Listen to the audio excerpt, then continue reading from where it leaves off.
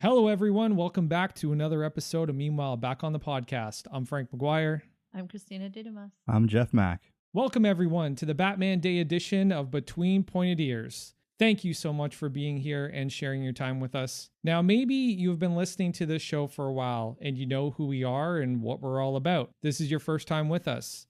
Either way, we appreciate you guys all the same. But if you are that first-time listener, let me fill you in on who we are and what Meanwhile Back on the Podcast is all about. We are a fandom culture, speculative fiction loving collective who rarely see eye to eye, but unanimously we all champion open, nuanced, and thoughtful conversation when discussing our favorite made-up shit. And from week to week, we're going to share our brand of raw, hard-hitting commentary, news, film, and game reviews from all of your most beloved corners of fandom. And as I said at the top of this intro, this is the Batman edition of Between Pointed Ears. Fitting, right? Because the Cape Crusader has pointy ears. Different lengths and shapes over the years, but pointed nonetheless. But before we jump into this episode, here's a little sample of what's to come. You know, I think that says a lot that, you know, for some reason Batman is seen in a different light than the Green Arrow, even though that Oliver Queen is also a fucking billionaire and has incredible amount of resources and talent and skill, but Batman is the one that kind of everybody fears. But before we move on, the other thing I really like about Batman, and I don't know if you guys, if this will appeal to you guys too, he's this billionaire who chose this life. Like, he could have easily just lived the high life and, you know, banged models and fucking invested his money and, you know, became Dan Bilzerian and, you know, just went off and gambled away. Like, he could have had the life of lives, but he decided to choose this life.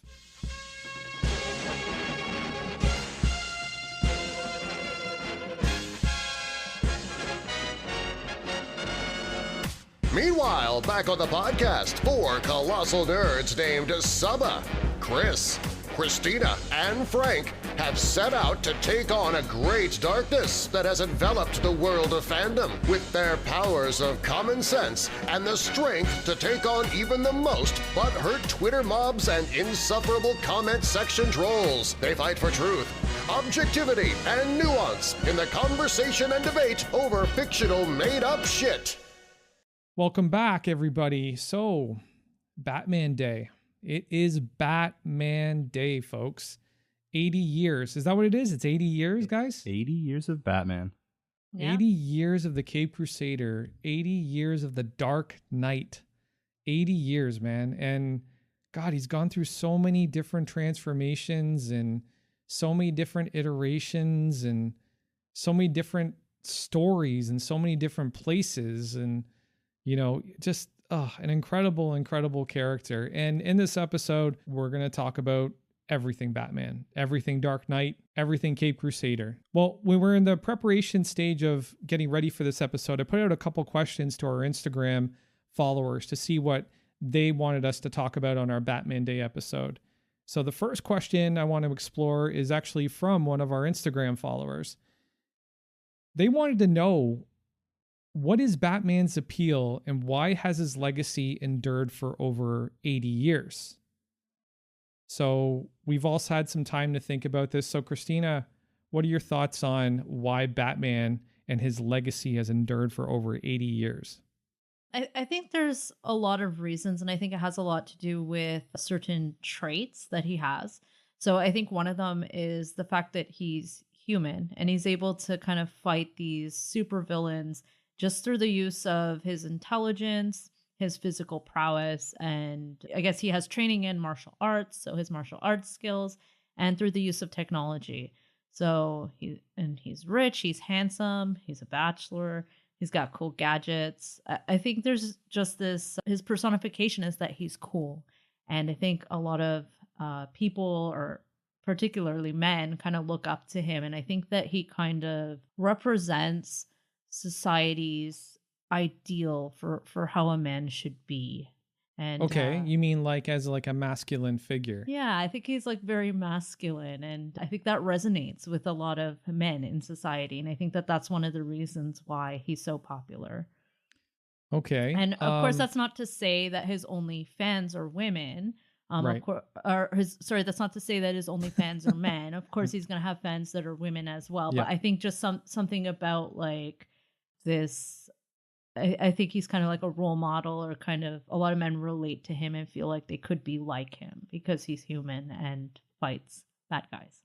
Well, I think you hit the nail on the head with with men wanting to emulate him, Yeah. because I think he represents this major sense of wish fulfillment, like I've always been at with all these billionaires popping up left and right now, and guys who are into technology, I keep asking myself the question, why haven't we had a Batman? Why isn't any of these billionaires taken to vigilanteism and went out into the world and tried to make the world a better place that way? It because would be wrong, right? You can't have a Batman in real life. It's really not okay. So I think that is the answer to that question. But anyway, sir, I think Jeff was about to say something too. All I was going to say is if anyone's going to do it, it's going to be Elon. that's what I was going to Yeah, say. It should be Elon. He'll be the first Iron Man in real life. But it's Well, that's the thing. criminal. It's criminal. That's It the thing. is. Who And they're like, cares? I feel like Who there's not a cares? necessity for them. Like we don't have supervillains with powers or like crazy Sure. psychopaths running around where it's necessary to have this sort of vigilante justice coming around trying to like protect whatever city or area. Yeah, we don't have psychopaths who are, executing criminal mastermind plans on a grand scale. 100%, okay?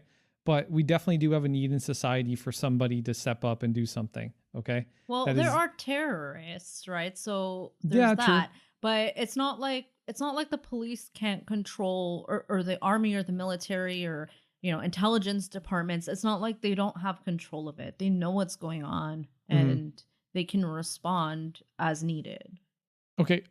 So before we get further into some of the things that a potential, billionaire vigilante could do in the world, let's go back to this idea of wish fulfillment, because I think this is a big part of it. I think this is a big part of the appeal because, I don't know if you guys are a fan of Kevin Smith, but Kevin Smith wrote this really interesting passage in his book Tough Shit. I'm going to read it to you guys. Okay, so this is from Kevin Smith's book Tough Shit, and I'm going to quote directly from the book.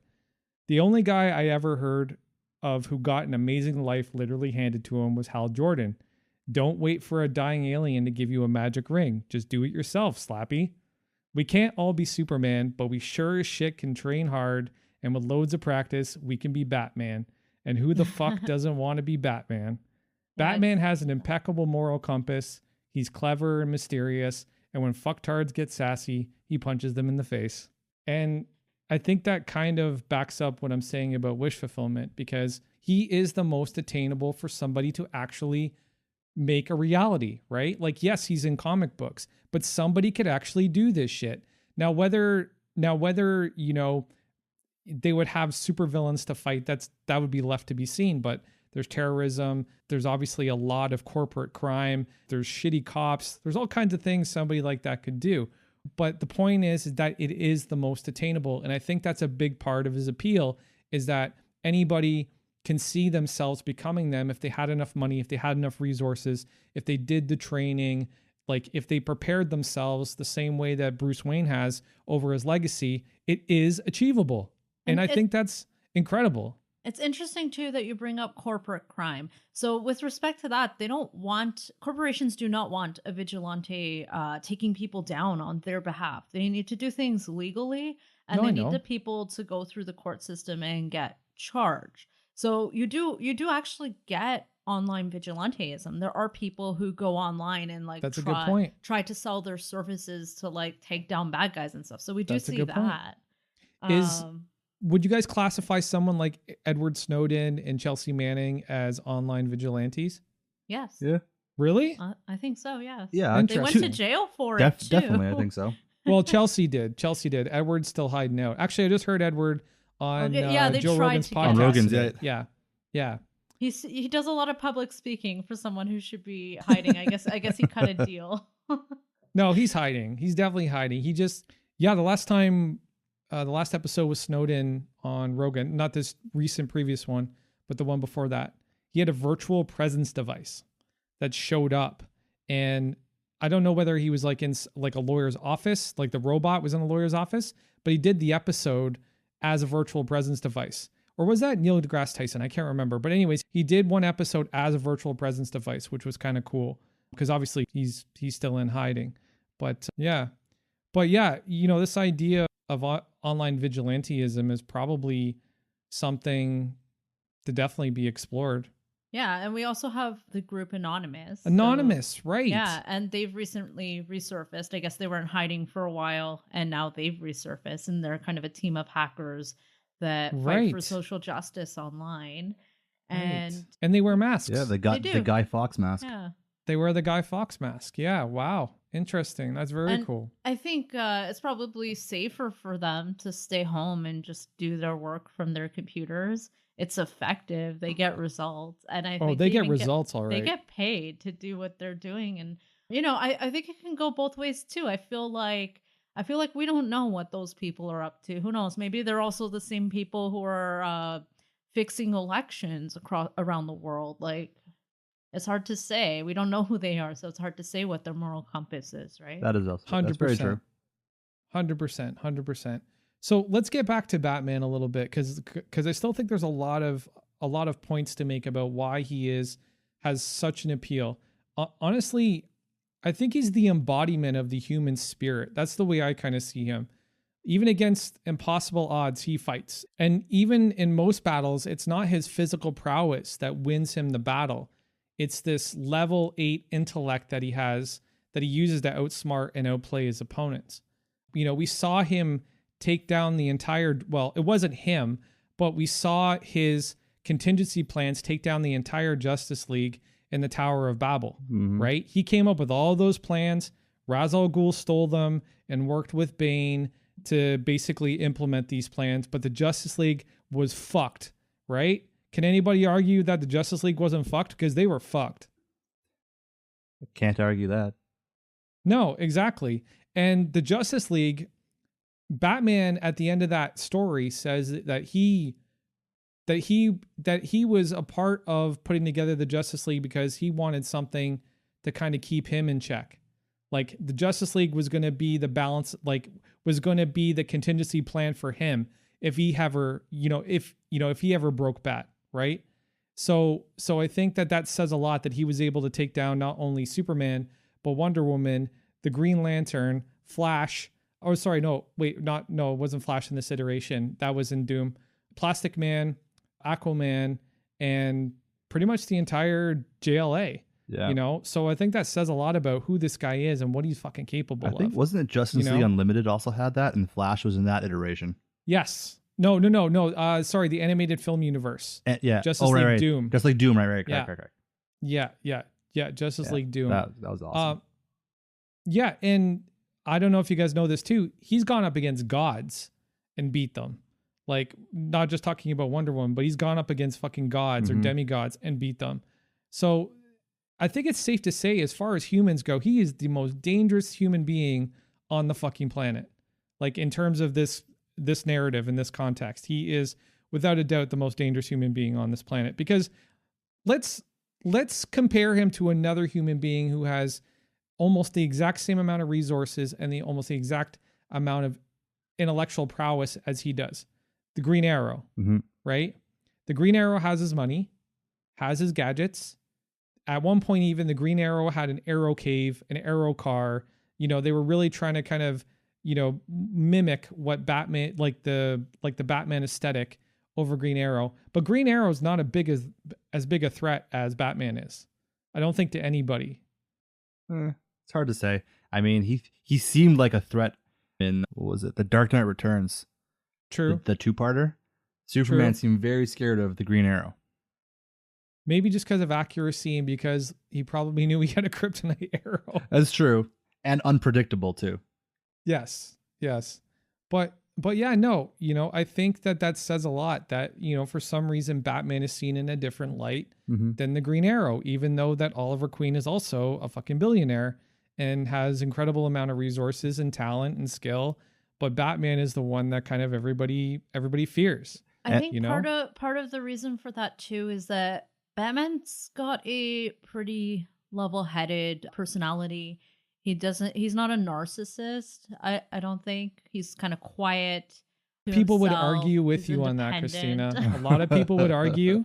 A lot of people would argue that he is a narcissist. A lot of people would. Okay, well, But I but don't he's know not. about He's that. not like seeking the spotlight like some other people. Like Definitely when not you compare seeking him to spotlight. someone like Iron Man, he Yeah. doesn't seem as much of a narcissist as someone like Iron Man, right? True. Did you guys see that? Did you guys see that meme I put together Yeah, with Tony and it's true, right? yeah. For Like sure. Tony is literally the personification of what the MCU is, their tone, their whole feel, right? He's smiley, he's happy, and he's a billionaire. And then you Yeah. look over to Bruce, and that's exactly what DC has become. It's this darker, grimmer, grittier kind of, narrative.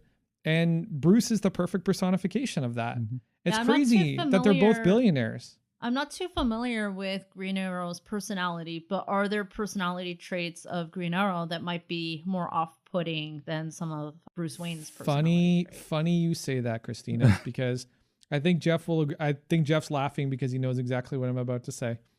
The CW version of Arrow was largely dovetailed with a lot of Batman stories and a lot of Batman events. Mhm. And they definitely kind of gave Oliver Queen a very Batman attitude, The very Batman brooding kind of like mystique. Batman. Yes. Okay. Yeah. Yes. So that's really the only kind of connection there. And a lot of Batman fans were upset because, our hope was that we were just going to get a live action Batman once CW crossed over into DC. Or sorry, once DC crossed over into CW. But we didn't get that. We got Oliver Queen as Batman, basically. Like he's like the one that fights Ra's al Ghul is not the Green Arrow. It's Batman. Mhm. Bruce Wayne fights Ra's al Ghul, right? And this connection to Talia and this connection to the League of Shadows and all these different villains, especially Deathstroke too. Like, yes, Green Arrow does have some instances with Deathstroke, but Batman is the one that has the major instances with So Deathstroke. this makes me ask another question. Since this Shoot. was on the CW network, Yeah. do you think that for some reason they thought Green Arrow would be more appealing to the female majority audience than Batman? I think Stephen Amell was the more appealing thing. That was the crux there. That and I think Batman's that was not allowed the- to be on TV. Yeah, that too. Until Titans, right? Yeah. Okay. Well, No, that's just slightly. Bruce we didn't really Wayne. get much. Yeah.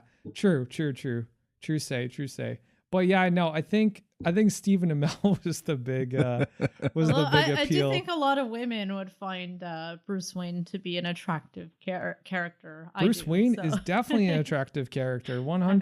Batman. But And which Batman- Bruce Wayne? But I like That's Bruce true. Wayne a little bit better than Batman. He just seems like a little bit more well-adjusted. I know it's Well- the same person, but Well, a lot of people argue that Bruce Wayne is the mask and Batman is the man. Mhm. oh, okay. What do you think about that, Christina? I think that could make sense. I think Bruce Wayne is hiding a lot when he's, out in the public. He's always on TV. He can't be himself. Yeah, I could see Well, that. Well, He'll the probably be argument more himself when he's Batman. Well, the argument's been made that when the Waynes were killed in Crime Alley, Bruce Wayne died that night too, and the Mm. Batman was born, and the Batman has been the singular personality this entire time, which I think is an interesting argument, and I'd love for somebody to really explore this because I think that there's a lot of supporting evidence to that. I 'Cause completely agree with it. So there's a dude, lot of books that kind of are written by psychologists that are they love studying- writing about Batman, yeah, don't yeah, they? do. Oh They my do. There's God. like several books about it because I think he does have all this trauma and Oh, he's got all trauma. all these personality traits that kind of lend themselves to psychological examination. Like somebody who went through a traumatic event as a child and then starts dressing up in costume to fight crime instead of like dealing with their trauma. True. So, yeah. And he's the only Trinity character that goes up against psychopaths all the time. yeah, and Like it's he's not the only one. It's also not like he's focusing on healing himself and forming better relationships with people. No. He's basically like sworn off relationships with people. So True. I think one of the other things that's really appealing about the Batman character is that not only is he a crime fighter, but he's a detective, he's a martial artist, he's a scientist, and he's literally like this immense genius. Like he's just a genius and an incredible tactician. And I think that another aspect of Batman that is really appealing to fans and to readers and to watchers or whatever is he's not only just this crime fighter, but he's got these other facets to who he is, his skill sets. He's a detective, he's a martial artist, he's a scientist, and he's this amazing tactician where, you know, if given time and given preparation, he can almost achieve anything. I think that's a huge appeal for people, especially people that are bored with the, you know, the God aspect of Superman or the God aspect of Wonder Woman. Because, you know, you really got to read a lot of Superman stories to see him get beaten by somebody or even close to beaten by somebody. You know what I'm saying? Yeah, for sure. I think the appeal there is also because there's so many aspects to him, and all different sorts of people can sort of relate to like a certain point of him. Like for me, I love the whole detective part of Batman. That's like one of my most favorite parts of him. Like, and like his genius level of intellect and just how smart he is about all this stuff. That's like, I don't know. That's the most appealing part of Batman to me. Yeah, I have to agree with that. I think that's what I enjoy the most about the character is just kind of how he puts the pieces together of any kind of scenario and figures it out. And I also like how he reads people. He kind of like just has a good handle on what people are going to do next, and that's kind of interesting. Especially from someone who seems so disconnected from people, he really understands people. Yes, you know, because he spends a lot of time studying people, researching people. So yes, and it's crazy too because somebody should be studying him.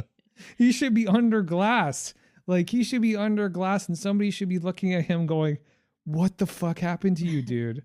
And just like, you know, trying to figure him out because, oh man, there's okay.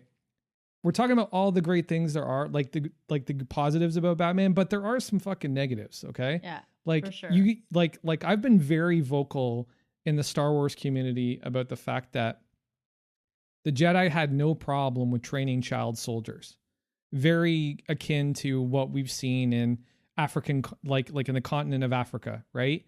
You know, people kidnapping child soldiers and training them to use weapons and you know, whatever. It's gross. It's disgusting. Sure. Right. And the Jedi have taken kids and they've trained them and they've put them into combat at like 14, 15 years old. Right. Mm-hmm. And Batman is just as guilty of that as anybody. Yeah, right. For sure. But again, this is something that appeals to some people because he did bring in somebody that was of the age of the reader, right? Like, you know, there's a lot of popularity in the younger characters. One of the reasons Marvel was so successful was because of Peter Parker, right? And I can't remember what was first, whether it was Bucky or whether it was Robin. Jeff, do you know whether it was Bucky or Robin that was first? I think it was Robin. Okay. That was my guess too. But I think that the reason Captain America got a buddy sidekick, a young sidekick, was because of Robin. I really do. And for some reason, people really like this. But Robin was a child, and he was going up against people with guns. Like super irresponsible. Well, I mean, like the youngest Robin was what, Dick? He started like his parents 14. His parents died at 8, and I guess he kind of found around like 13, 14, right? Yeah. Did he even have armor? Like in some of the versions, it doesn't even seem like he has armor. No, not at all. He's not even wearing bulletproof clothing. He was wearing pixie boots and boy shorts, man. And like Damien technically started at 10. Yes. But Damien was trained by the League of Shadows. That's true. That's true. But he was taken by Batman at 10. Yes. I think one of the reasons they did that is just because, you know, he's this like bachelor, but he's not really a playboy. So like that, I think they had to kind of like humanize that aspect of him being a bachelor and a loner. And I think by kind of like giving him these child wards, it kind of gives him this like parental, nurturing kind of side. And I think that's partly why they did that. I think they just wanted to bring out that like nice side of Batman. I think that's part of it. I really do. I think that DC wanted Batman. Well, okay. so before like Denny O'Neil was really the guy that transformed the character into this kind of gothic, kind of creepy in the shadows, the creature of the night, the the superstitious figure, for criminals, right? Like he's the one that really added a lot of edge to the Batman. Yeah. Before that, Batman was kind of like almost as campy as the 66 series at points in time, So he really didn't get that dark atmosphere to him or that dark kind of aesthetic to him, like up until, around Crisis. Yeah, like and Crisis. I was also reading because for a period of time they decided to put some censorship into the comics, and they weren't allowed to be so dark. They kind of had to, So I think that was like in the 50s. They did that. They introduced some rules around what could be in the comic books because it was for children at that time. Yeah. So. Yeah, exactly. But the fact that this idea of a child's sidekick was appealing to people is very interesting to me. I don't know why, but again, maybe I see things differently than other people, because I know a lot of people that don't look at Ahsoka and go, Ahsoka was a child soldier. Well, yeah, but Robin was introduced at that young age, so that was around in the 40s, right? He was introduced in the 40s. Yeah. And they were basically calling young men to go to war at that time. So and they didn't really treat young men like children at that time. I think it was very ingrained that like you're going to become a man. That's a good point. I think think that they were doing that at a younger age, and it was a different mentality. They weren't coddling boys, and it was more of that boys don't cry kind of mentality. So I just think like the mentality around young men was different. That's a good point. No, I actually like that point. Maybe the US government was behind the entire creation of Robin just so they could try and get into the mind space of children. Hey, you need to go fight the Nazis. Like, get ready. Yeah. No, I'm kidding. I'm totally fucking kidding. Didn't they do that in some of the comics? Don't they fight Nazis? Yeah. Captain America and Bucky. That's all they ever did was like fighting Hitler. Like every cover was Steve Rogers punching Hitler in the face. Yeah. It does happen in comics. So yeah, no, and then the communists became the enemy. Like that's the way pulp culture is. Pulp. I say pulp, not pop, because I'm talking about comic books. Pulp culture. And there were wars like that. They had that mentality all through the 60s, like probably up to the Vietnam War, right? People were being drafted for Vietnam. So yeah, but like at 18, so of course. But just knowing that your children could be drafted to war, like I think that's why they weren't coddling the boys, and maybe the idea of manhood was introduced at a younger age. And you know what? There could be a point made that comic books, really buoyed the courageousness of young men during this time period. Yeah, I think it was important. Jeff? I think that was like an important trait, and it was an important value in society at the time. Because Peter Parker was 16 when he started as Spider-Man? Yep. And he's going out and fighting bad guys and burglars and bank robbers and all kinds of crazy shit, right? So yeah, that's actually a pretty good point. But again, it's another aspect of wish fulfillment for sure. Because I know when I was a kid, I wanted to be fucking Batman. I was totally cool with being Batman. I was totally cool with going and fighting everybody. Mm-hmm. When I was younger, I actually wanted to be an Air Force pilot, and I wanted to fly jets. But then I saw what, once I got a real idea of what was happening on battlefields and like the collateral damage and did realizing that you needed really good vision ever come into play in your decision to not become an Air Force big time. Oh yes, because I wear glasses. Yes. Yeah, no, that was a big part of it. They told me during a career day at school. I think I spoke to an F-18 pilot. He's like, you have to have perfect vision, like perfect. They had surgery when you were young. It would have been possible. Did they have surgery? But it would have been a new technology. It's not something you would have wanted to do. Yeah, but then again, I found out the smart bombs weren't so smart, so I didn't. I just wasn't down for it. But before we move on, the other thing I really like about Batman, and I don't know if you guys, if this will appeal to you guys too, he's this billionaire who chose this life. Like he could have easily just lived the high life and, Yeah. you know, banged models and fucking invested his money and, you know, became Dan Bilzerian and, you know, just went off and gambled away. Like he could have had the life of lives, And I think but that's he why decided to choose this life. Yeah, and I think that's why people like Batman more than Iron Man too. I think Iron Man's a less popular character because he's kind of obnoxious. And I think people don't like that about Iron Man. I think that's one of the reasons that Stanley made him an alcoholic. Yeah. I don't know. I thought people enjoyed the narcissism of Iron Man. I think they I do. I but think it's funny. I don't it's think funny. Iron Man is as popular as Batman. I just think Batman can reach like a wider audience than Yeah. someone like Iron Man. That's true. Yeah. And, you know, he's proof that power and wealth don't corrupt everyone too, right? Like he's literally that example. Like, you know, Christina, you were saying he never seeks the spotlight. He never seeks fame. Yeah. Like he's not into it for fame, you know? And Like I the think only that's reason, go ahead. One of his saving graces. Yeah.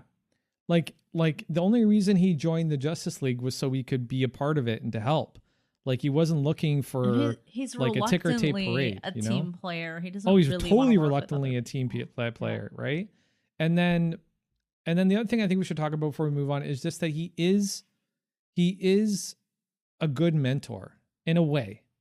Like he's definitely led some young people down a couple of wrong paths Yeah. here and there, but he also has done a lot of good for people though. Still, you know, like I'm not saying that, you know, helping people move into the life of a vigilante is a good thing. But what I am saying is that he's always been there for them, you know, like whether, go ahead.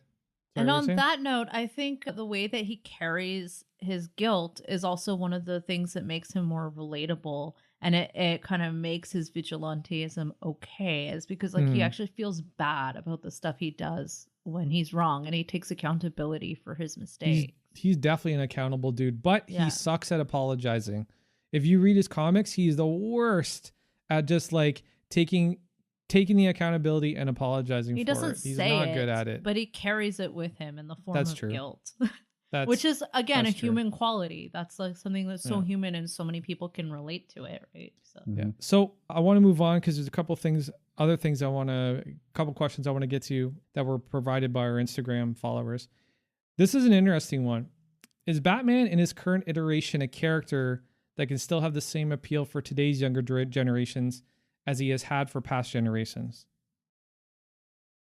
So I don't think so. The way I see Batman, I see him being influenced by society. And I think as the ideals of masculinity change, I think we start to see slight changes in the way that Batman is portrayed.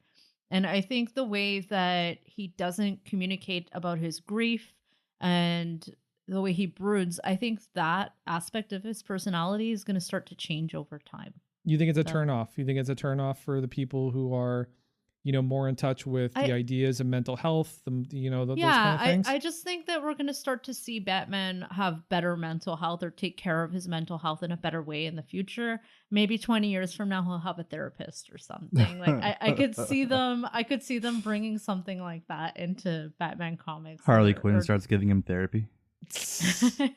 Well, Batman fans have been very vocal about the way that Tom King has been writing Batman because they feel like Tom King is starting to do that as more of like a character study and more of a psychological profile or more of a deep dive into who Bruce Wayne really is. And he's been dealing with a lot of that. Like, I don't know if you guys saw the issue where Alfred more or less called Bruce out for beating up poor people. He's like, you know, you're on this mission, but what you're really doing is going out every night and just exacting vengeance on, you know, poor people.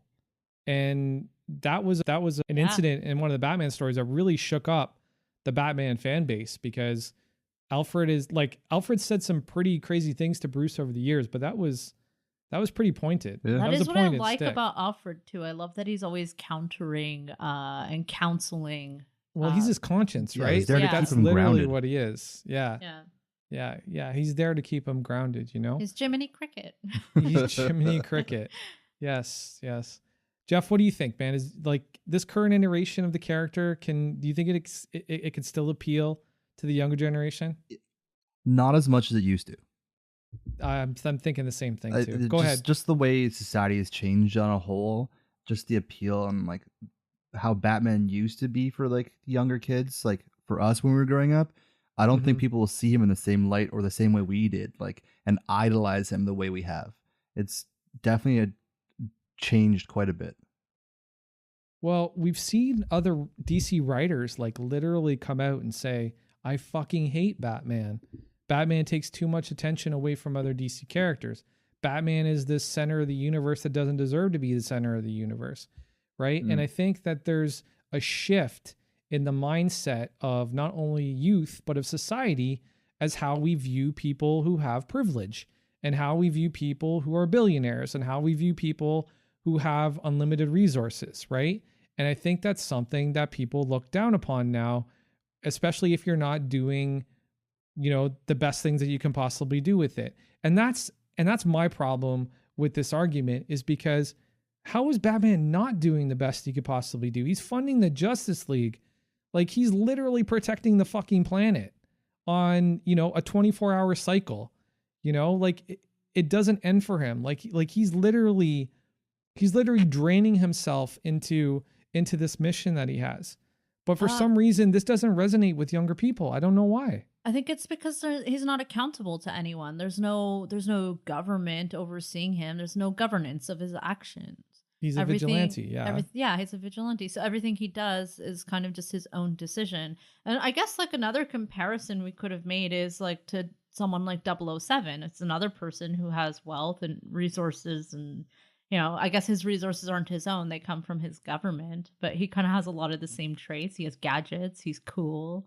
And yeah, I think that another character, he's bound by governance and the law, and so there's different. It's kind of like he's ingrained in a structure, so he doesn't kind of face those same kind of criticisms that Batman would as a vigilante. Right. Mm-hmm. Okay, so to further propel this question, I want to talk about Batwoman for a second. This isn't Batwoman Day, but I want to talk about this because the character of Batwoman is now an African-American woman who is basically homeless, who is taking up the mantle of Batwoman. And I kind of feel like this is, an appeasement to the current audience that is turning away from Bruce Wayne, that is turning away from Batman. Would you guys say yes or no to that? Yeah, more or less. I'm not too familiar with the new Batwoman series. Is it still based on the same character from the comics? So it's a totally new character with the same name as just made for TV, I think. Yeah. So Kate Kane is no longer Batwoman, and she is more like she's an out lesbian.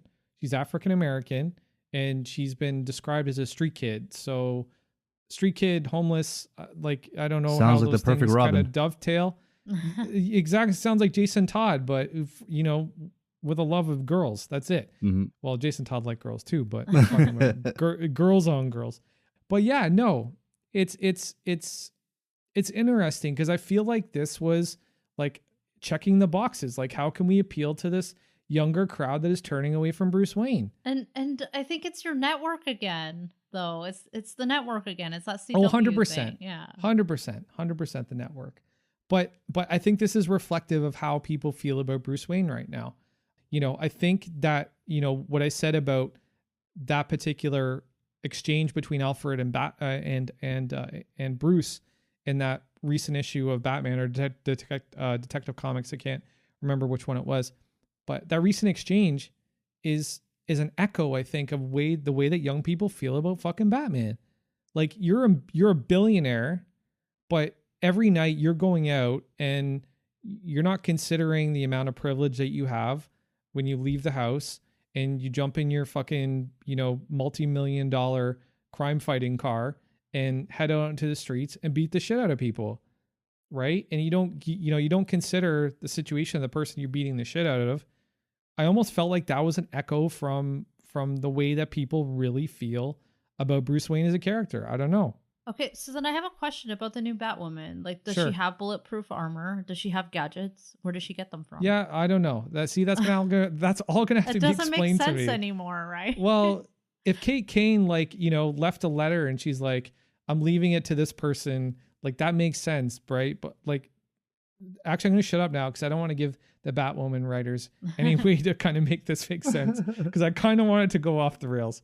But but yeah, no, it's there is no explanation at this point. We'll have to wait and see. Not that I'm going to tune in, but anyways. But yeah, I feel like the young people look at Bruce Wayne and they say to themselves, if Trump was a character in DC, Bruce Wayne would be wearing a "Make Gotham Great Again" hat. I really feel like that because well, that's why you can't have one person deciding who's a terrorist and who isn't. Like, that's why you need governance. He needs to be accountable, and I guess he is kind of accountable to the police. He's pretty good at figuring out who's bad and good. With the police, but well, he does work with the police. Yeah. So he even passed over his cowl to Jim Gordon at one point. So he does work with the police, and yes, he is a vigilante, but he also is somebody, and I think this is another consultant, I guess. In a way. Yeah. But yes, he subverts law and order, but he does it for what's right. Like, he'll do whatever is right all the time. Like, I don't think I've ever seen him do something that was morally questionable. Well, that's probably not true. Well, we've seen him I haven't read every Batman story. We've seen him kill before in some iterations of Batman. Well, Ben Affleck, yes. But that's another thing about people forget about Batman. I love when the fans argue. They're like, Batman doesn't kill. But he beats people within an inch of their life. And sends them to the infirmary ward. And he fucks with their minds. Like, he tortures them. Like, it's really not like they don't even let the army torture people anymore. The police can't torture people, but Batman does. So see, that's what makes him questionable. see, this is one of the problems with making his rogues gallery all psychopaths, because like he torments people, right? Like, he's just less psycho compared to everyone else that's psycho in Gotham. Maybe what Batman really needs is like to live in a different city for a while. Maybe he should like go to Seattle and just like chill a bit. Seattle. Maybe you can hang out with Frasier Crane. Sorry guys, I've been watching Frasier lately. I love Frasier. But yeah, no, it just bothers me. Because all the young people are just screaming right now. They're like, make Batman black, or make Batman Hispanic, or make Batman a woman, or make whatever. Like, and I'm just, honestly, dude, it's not that I want Bruce Wayne to be like Batman forever, because obviously that's just not sustainable. Well, not at the pace that DC reinvents their universe. It's always sustainable. But I want it to go to the right person. And we're going to talk about that at the end of this episode. But yeah, let's move on here. So Tony Isabella, the creator of Black Lightning, has argued that Batman is a character that is at the center of DC's universe and focus. And because of that, it takes away attention and focus from other worthy DC characters that deserve some of the spotlight. And would you guys agree with that, or would you guys disagree with that? I'd agree. I agree with it. I just think that like so many people want to tell a Batman story that we don't get enough stories from some of these other characters. But I think it's because Batman just has like a much wider pop culture appeal. Like, you get people who aren't necessarily comic book fans who just like really love Batman movies and all that. Mm-hmm. So yeah, I would say yes, that's true. And I would like to see that change. I do want to see more movies and shows from like the lesser known DC characters. Yeah. Okay. So how many film iterations have we had, right? Okay. So just keep in mind, Michael Keaton is supposed to be George Clooney and Val Kilmer. Like, all that particular Batman franchise is supposed to dovetail into each other. So that's kind of counted as one. So we're going to have 4 cinematic Batmans after Pattinson. So that's 4 Batmans, and Keaton is coming back as Batman in The Flash, and so is Ben Affleck as Batman in The Flash. And still no talk of whether we're getting Thomas Wayne, which I do want to see. Oh, Jeff, by the way, did you see that screen grab? Yep. Yes. I'm calling that dude. We got to get an interview with that cat, man. Cuz like I need to know what the fuck is going on with that, cuz that's literally the only thing on IMDb Pro that I was like excited about. I was like, wow, okay, we have to talk to this dude. Anyways, we've got a lot of cinematic iterations of Batman, but also if you start to look at how many voice actors have worked behind the cowl, holy shit. Like, it's true. Like, he's definitely got a lot of real estate in terms of the medium. Like, he dominates the medium without a doubt. So I guess we all agree that Batman has obviously been a very dominant piece on the board for DC over the years, 80 years. And do you guys have a character in mind that you would like to kind of see get more attention than Batman at this point? Or does anybody like jump out at you? I want more Green Lantern representation, to be honest. Me too, dude. On the small screen, the big screen, anything. Yeah. Yeah, that would be cool. I want Justice Society of America. That's what I want. Really? Yeah, I want to see Hawkgirl. Stop. Hawkgirl and Hawkman. Then watch. I don't meet a lot of Justice Society fans. Watch Stargirl. I like their chemistry, and it's like a lighter kind of vibe, I guess, in those comics. Mm-hmm. Oh, you like the light vibe? You like the... I do, yeah. It kind of, I guess, like the Golden Age vibe, like the double talk and all that shit. Yeah. Really? I think it's funny. I like the Justice Society comics. I find it humorous. Yeah. Interesting. I can't stand Golden Age. The Golden Age is ridiculous. Like, they repeat themselves all the time. Like, the dialogue is just like, and they always call each other by their name, by their code name. Mm-hmm. I'm just like, why? Like, you know who they are.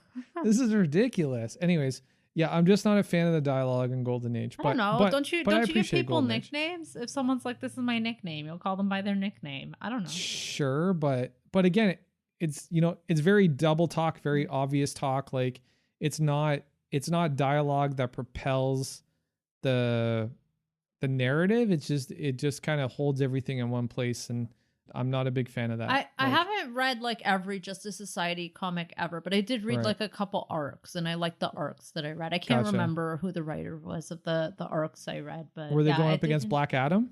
No, who's a bad guy? This was a while ago. This was probably like 10 years ago. So I don't know what Justice Society comics came out 10 years ago, but there was whatever was the new series back then. So Gotcha.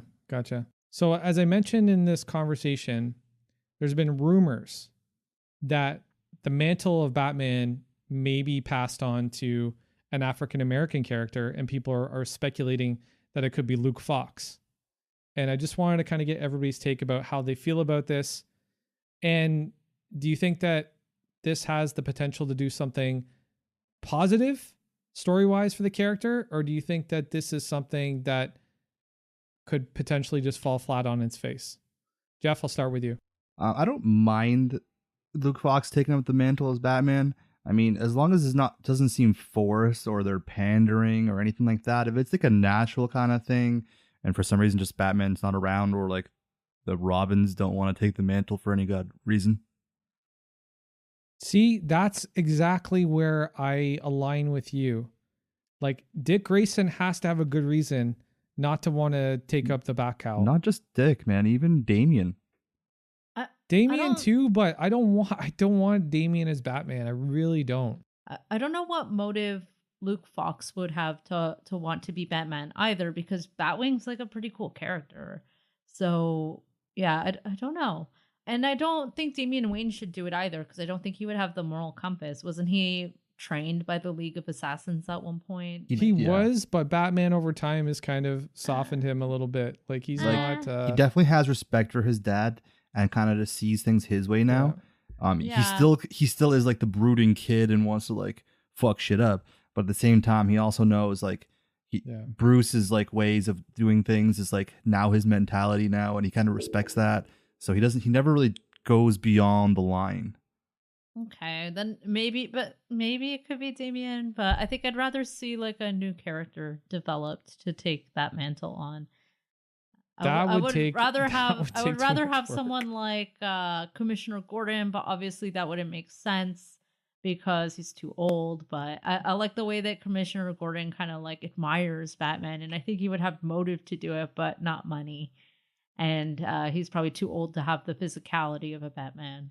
Well, he did Yeah. it for a while, right? And Yeah. and I think if anybody I think if anybody did it, Bruce would obviously provide the resources and the money behind it. Like there would be a bequeathment in his will, like if it was a death situation, Yeah. there'd be a bequeathment in his will. It would be like, I want this person to inherit this, this, and this. Obviously, it's not going to say in the will, I want you to become Batman, because then obviously this guy's secret identity is out the window. Mhm. Or maybe, I don't know. It depends on who the lawyer is. It might be a total scumbag for all we know. But there is a way to definitely do it. Do I want Luke Fox to be Batman? I don't know enough about Luke Fox, the character, but I do know I do know Lucius Fox, and I've got a lot of respect for Lucius Fox. And if Luke Fox has the same moral compass and the same sensibilities as his father, I see that as a good thing. But the only problem I have with an African American taking on the mantle of Batman is it muddies the secret identity aspect of it, right? Oh, Yeah. I don't think it should matter about the color of the person. Like No, every no. other character's mantle has been passed on in the Batman universe, so why not? You didn't let me finish my point. Oh, okay. If an African American does take on the Bat mantle, they should adjust the mask so it's a full mask, like Cassandra's or like Batwing's. Yeah. Because again, if an African American takes on the Bat mantle, then by process of elimination, it's not going to be that hard to figure out who's under that mask. Or that even the person has changed now. They're like, okay, what happened to the original Batman? Exactly. That's another thing too. Is like, okay, it's not the original Batman. Okay, so this guy is probably not going to beat me until I have to go to the hospital. Yeah. So I can take a little bit more liberty here, right? Like they're going to imagine that this person underneath the cowl is not the same Less person experience. as Bruce Wayne. And how much right? testing like the enemies would do, like the bad guys would do on him to see if like is he up to par to like Bruce or anything like that. It'd be crazy. Exactly. See, this isn't a racial thing for me. I don't really care. I understand. Yeah, I don't really care. It's all about maintaining the mythos of the character. I just want them to be careful, because if they make the wrong decision, especially if it's somebody that could be identified as not being Bruce Wayne, it affects the visage of the entire character. It muddies the waters in the minds of criminals. It muddies the waters in the minds of Batman's opponents. And obviously, whether this person gets to join the Justice League or not, that's going to be a whole other fucking question too. You're not just going to automatically get to join the Justice League. That's not going to be the thing there. Granted, you can probably go to Dick Grayson or Damian and they can probably, get you in there. But these are all things that need to be answered before they make a huge decision with this character. Okay, so obviously there's some upside to a potential change in the Batman, the person but underneath the cowl. There are some positives. There are definitely some negatives. There are definitely some challenges. Now, before we move on, I want to talk about story-wise. What do you guys envision story-wise could be done with this character to kind of give us to kind of get us going in a more innovative direction, a more creative direction? Because let's face it, after 80 years, like how many times can you tell the same fucking story with a different twist, right? Like that's really all they're doing, is like these stories are being rehashed and kind of retreaded with, different villains or different settings or different time periods or different universes or whatever, right? Like what do you think could be done with this character? Do you guys have any ideas, any hopeful ideas as far as what you would like to see if Luke Fox took on the mantle? It's hard to say, because like what reason does he have to put on the mantle? And at the same time, doesn't him putting on the mantle now kind of change like the whole timeline and canon of Batman Beyond? Like, wouldn't Terry McGinnis not exist if Luke Fox takes the mantle? That's true. That's very true. Because Batman is supposed to, like, he goes on to like a point where he's getting slower, he's older, and then clones Terry McGinnis. And it's clones for Terry McGinnis, yeah. So like, if he gives up the mantle to Luke Fox, at what point does Terry McGinnis ever begin? Did we just kind of ignore all of Batman Beyond and say it's no longer canon? That's kind of wrong. I don't know. It's hard to say. Maybe go I ahead, think Christina. it could be a new character. I don't think it has to be Luke Fox. I think they can just create a new character that would have a good motive for wanting to be Batman. Maybe like a fan or just someone who maybe Batman saved their lives or something. I don't know. There could But be. then that's just another Robin in the making. That's true. Yeah, you can't just graduate to the Batman. Like you can't just do that. Like, it took like before Dick even got to be able to put on the cowl, Bruce gave it to Jean-Paul Valley, who turned out to be a fucking nightmare.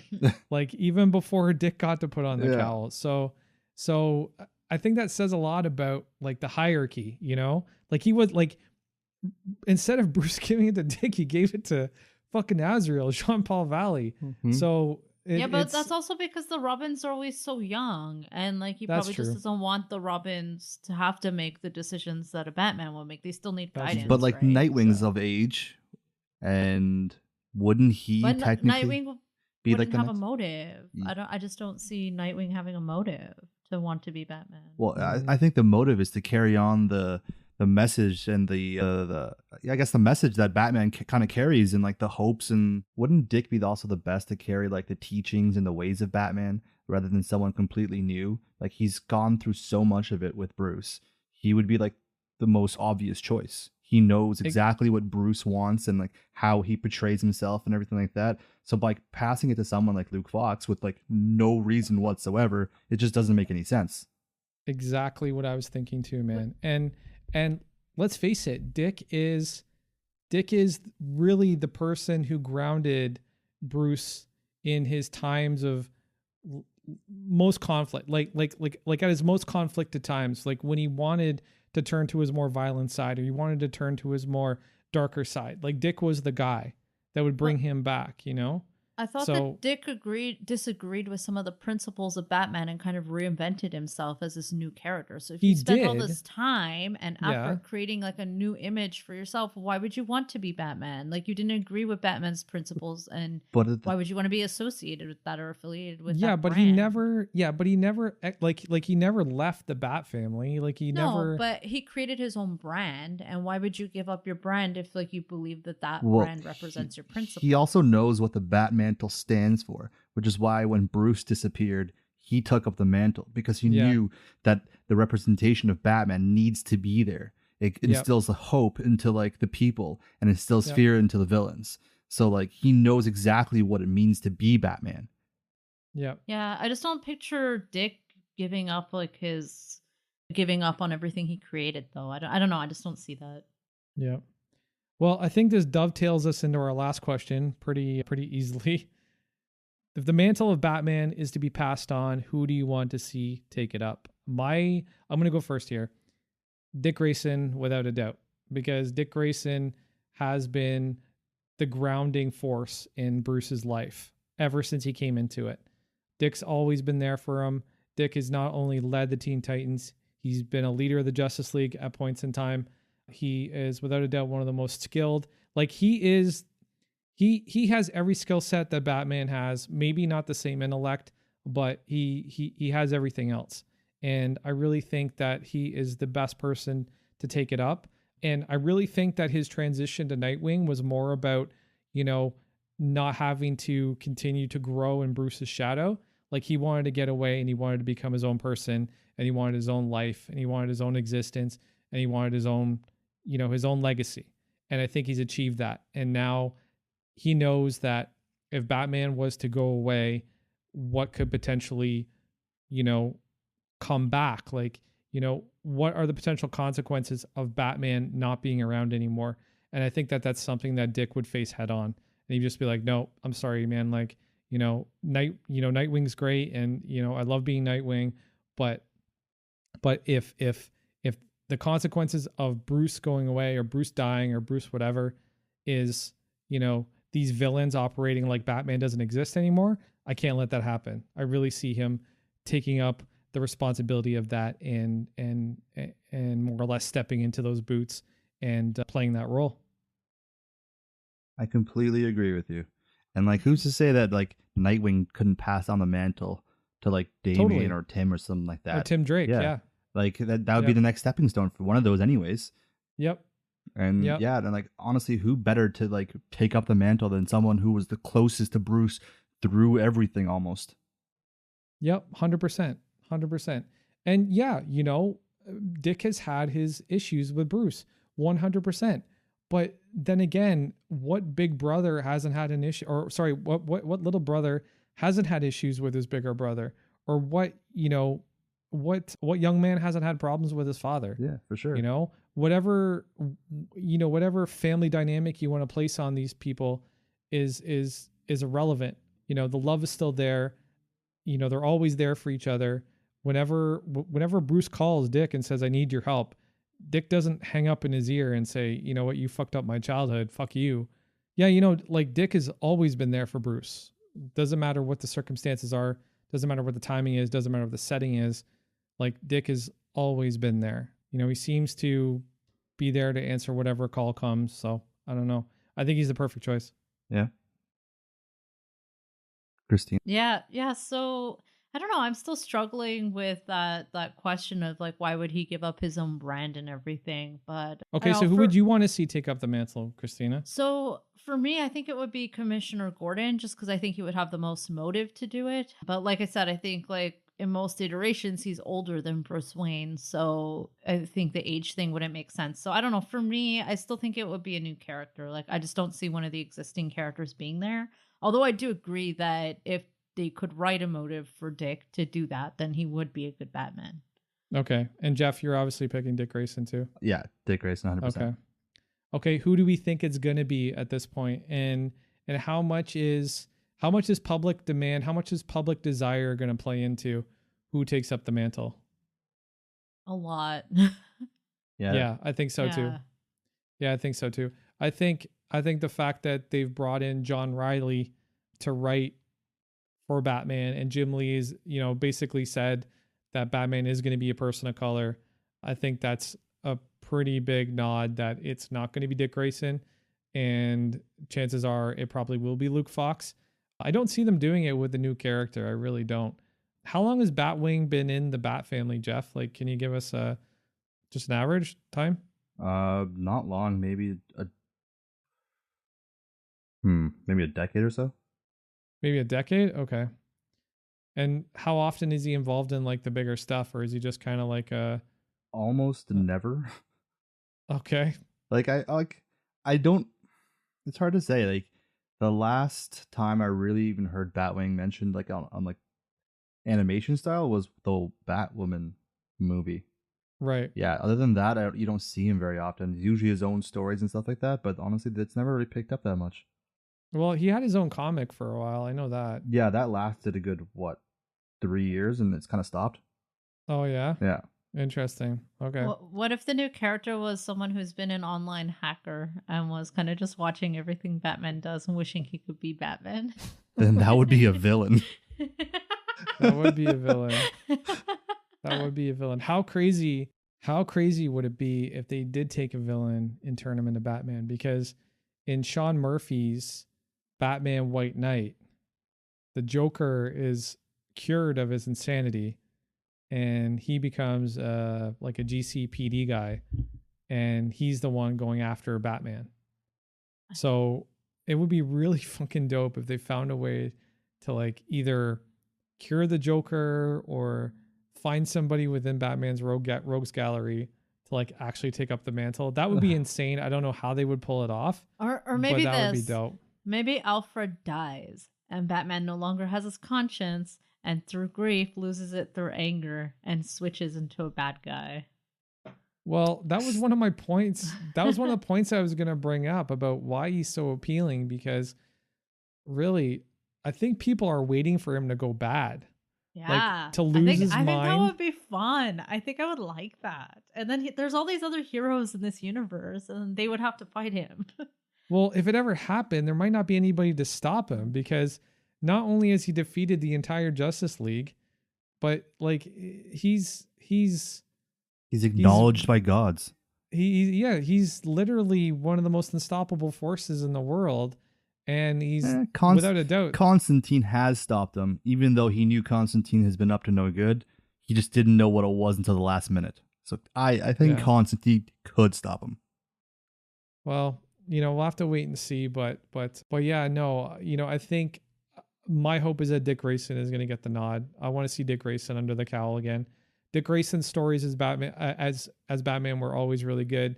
The prodigal run where he was teamed up with Tim Drake, that was really cool because it was right after Jean-Paul Valley. So the contrast between Jean-Paul Valley and Dick Grayson were just so obvious. Like Dick's attitude towards, like, there's a story where Croc gets shot, Killer Croc gets shot, and Dick is like worried about getting him to the hospital. Like, and John Paul Valley would have like clawed his eyes out given the opportunity. So, I really want to see Dick be the guy that gets the cowl because he'll bring some heart to Batman again. And maybe young people will start to kind of get back into him a little bit more. Because again, I think in this generation, in the generations coming, you can't really identify with Bruce Wayne anymore. Yeah, I feel like Bruce Wayne is a Gen Xer, and he carries like the ideals of a Gen Xer. So yeah, I think that makes sense. Yeah. He's not a millennial. Dick Grayson's more of an elder millennial. Yeah. Okay, boomer. Right. But we all know one person who would hate Dick taking the mantle. Who? Chris. Would he? He loves Nightwing to the point it's unfathomable. Yeah. I think he would hate it if Dick took the mantle. That's what I'm saying. He did so much work to build his persona. I agree. Well, guys, that is it for our Batman Day edition of Between Pointed Ears. Thank you so much for joining us. We really appreciate you spending your time and hanging out with us. This has been a lot of fun. Before we go, we don't ask much of our listeners, but if you could head over to Podchaser, Stitcher, or Apple Podcasts and drop us a review, we'd really appreciate it. That would be awesome. Everything that you guys send to us, we try to use to improve future episodes or plan future episodes. So, whatever you guys want to see in an upcoming episode, feel free to share it. Any critiques, feel free to share it. We'd love to get those from you guys. And, if you're not following us on Instagram, check us out at meanwhile_pod. Just want to send a big shout out to Rafi Bedrosian, our amazing producer. He's the guy that edits and produces all these episodes for you guys. So big thanks, Rafi. Thank you so much. Thanks, Rafi. Thanks, Rafi. All right. Well, we're going to sign off here. I'm Frank McGuire. I'm Christina Didymus. I'm Jeff Mack. Till next time. Peace.